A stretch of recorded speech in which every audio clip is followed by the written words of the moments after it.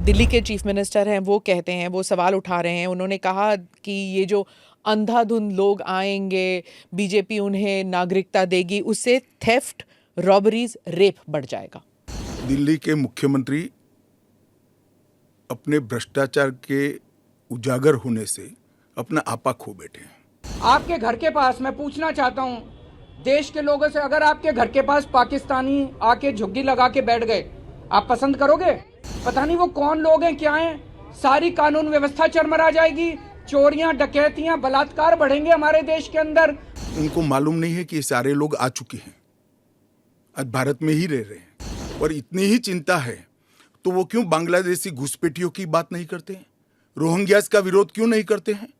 क्योंकि वो vote bank की पॉलिटिक्स कर रहे हैं। सिर्फ जो हिंदू शरणार्थी आए हैं, जो बौद्ध शरणार्थी आए, जो जैन, पारसी और क्रिश्चियन शरणार्थी, इसी का विरोध कर रहे हैं। वो पार्टीशन के बैकग्राउंड को भूल गई हैं। शायद उनको जो निराश्रित आए थे, जो रेफ्यूजीज आए थे, इनके परिवार के साथ एक चाय पीनी चाहिए। 50 में आ गए, 60 में आ गए, 70 में आ गए, 80 में आ गए, आज भी नागरिकता नहीं है। अपने नाम से प्रॉपर्टी नहीं ले सकते हैं, मतदान नहीं कर सकते हैं। क्यों? क्या गुनाह है उनका? दिल्ली के चीफ मिनिस्टर हैं, वो कहते हैं, वो सवाल उठा रहे हैं। उन्होंने कहा कि ये जो अंधाधुंध लोग आएंगे, बीजेपी उन्हें नागरिकता देगी, उससे थेफ्ट, रॉबरीज, रेप बढ़ जाएगा।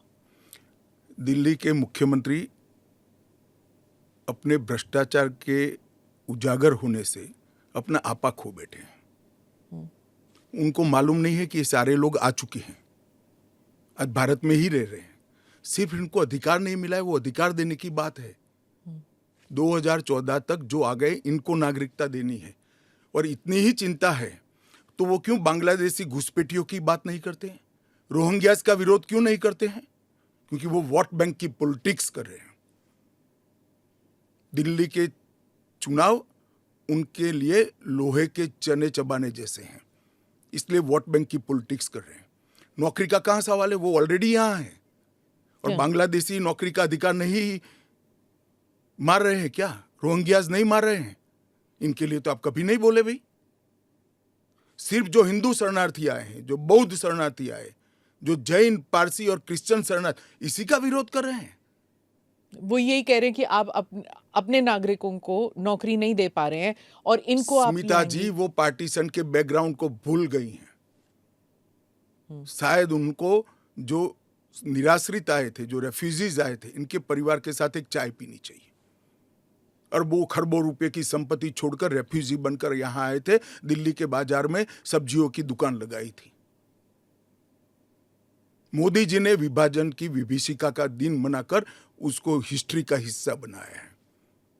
इन लोगों के मन में संवेदना नहीं है, वो समझते नहीं है वहां धर्म के आधार पर इनके परिवार की महिलाओं का गौरव छीना जाए, अपमानित किया जाए, क्या करेंगे वो? इनकी वेदना हम भी नहीं सुनेंगे।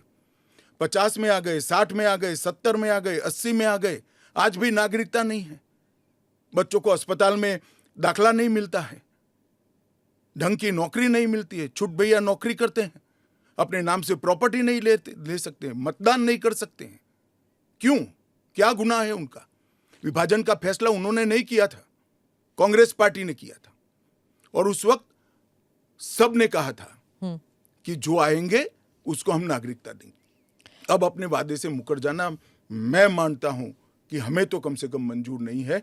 इनकी संवेदनाओं को भारतीय जनता पार्टी भी महसूस करती है, इस देश के प्रधानमंत्री भी महसूस करते हैं, और हम मानते हैं कि इनकी ये 75 साल की वेदनाओं का अंत कभी न कभी आना चाहिए, और ये चुनाव के पहले आ जाए वो ठीक है।